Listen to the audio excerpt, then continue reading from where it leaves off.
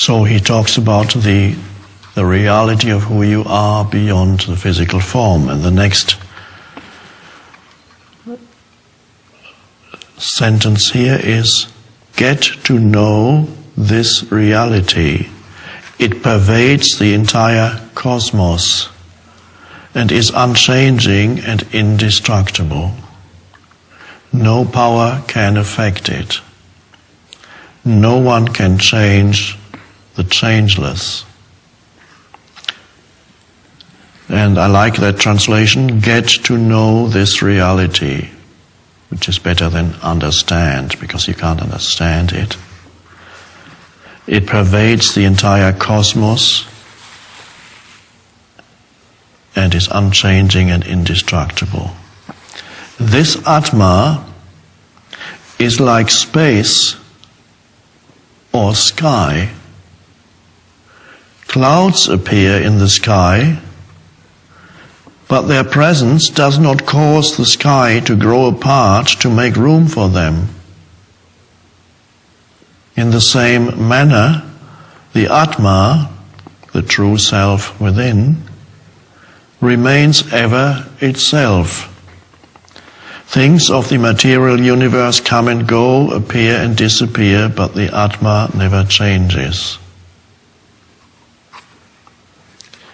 So I often, of course, use space also as one of the most appropriate words to point to that formless essence of all life.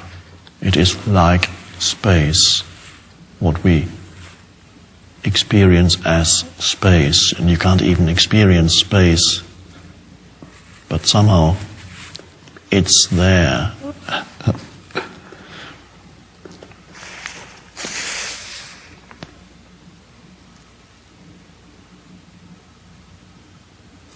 The Atma, the real us, was never born, nor will it ever die. This eternal reality within is never destroyed. When your ego takes over and you erroneously identify yourself with the body, you feel that physical death is death to the self, and that is frightening. But the self, the Atma, can never be killed.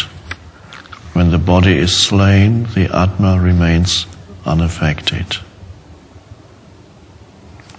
As a person sheds a worn-out garment, the dweller within the body casts aside its time-worn human frame and dons a new one.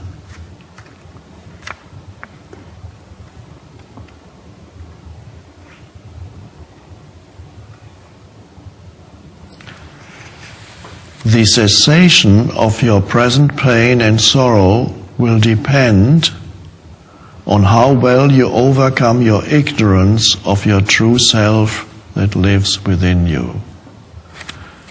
So, the only way of being free of suffering, of sorrow, is to overcome the ignorance of your true self that lives within you.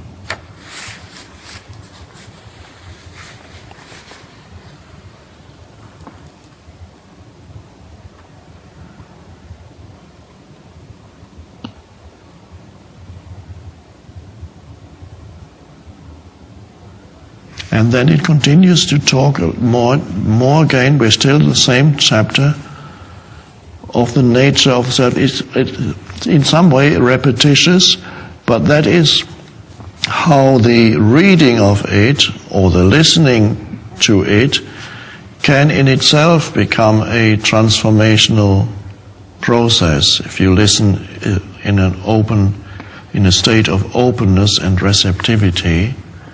So I'll read just another two little paragraphs. He says, nothing new now that hasn't already been said, but in slightly different words, repeats the same to drive it home, to drive it into you, where the truth can be recognized. not by the ego, but by the underlying intelligence.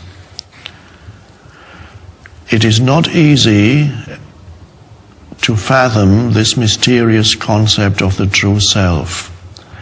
Everything else in the world changes. Every creature, rock, blade of grass, human being, element or component of any kind changes. Only the Atma never changes. Because it is never modified, it is termed immutable. Because it is invisible, has no form and cannot be heard, smelled or touched, it is termed unmanifested. Because the human mind cannot perceive or conceive it, it is said to be unknowable.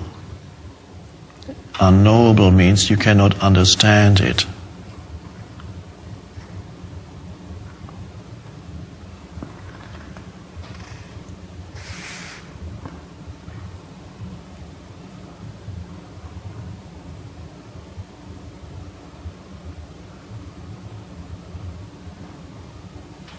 Yes, he actually says that. No one really understands the Atma. One person sees it as wondrous, another speaks of its glory, others say it is strange. And there are many who listen but do not comprehend it at all. Very few even think of inquiring into what is beyond this physical world. Humans who are not ready yet for this realization have no interest in even asking the question. They continue to be identified with form, believing that that is all there is and all they want and all they need.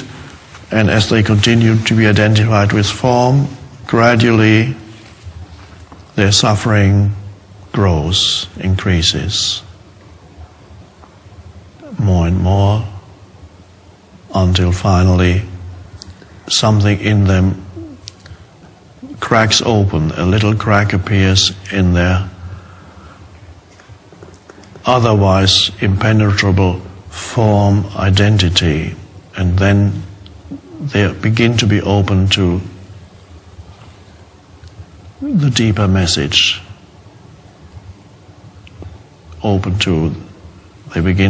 they can then suddenly hear the truth of this and then want to know more, go more deeply into it.